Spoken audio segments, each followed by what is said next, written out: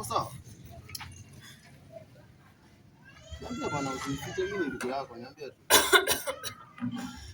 Bana, mapenzi.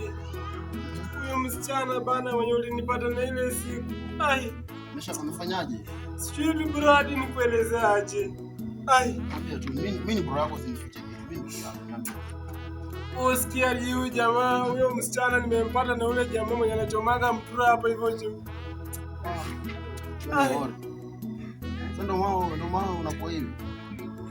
Ai, hata ni bora nife tu bro. Ni bora nife tu.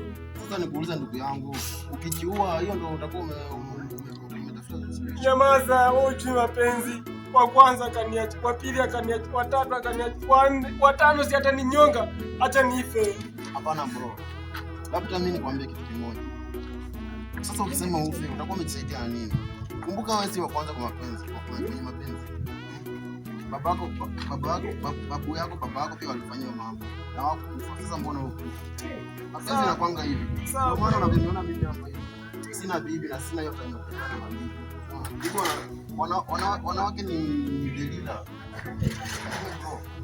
Usijali, mambo itakuwa sawa. Sawa.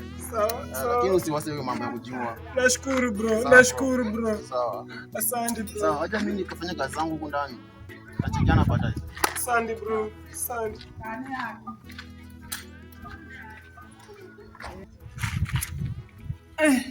Hata jamaa sijui anataka yangu na sijui ananiambia vitu gani. Ai.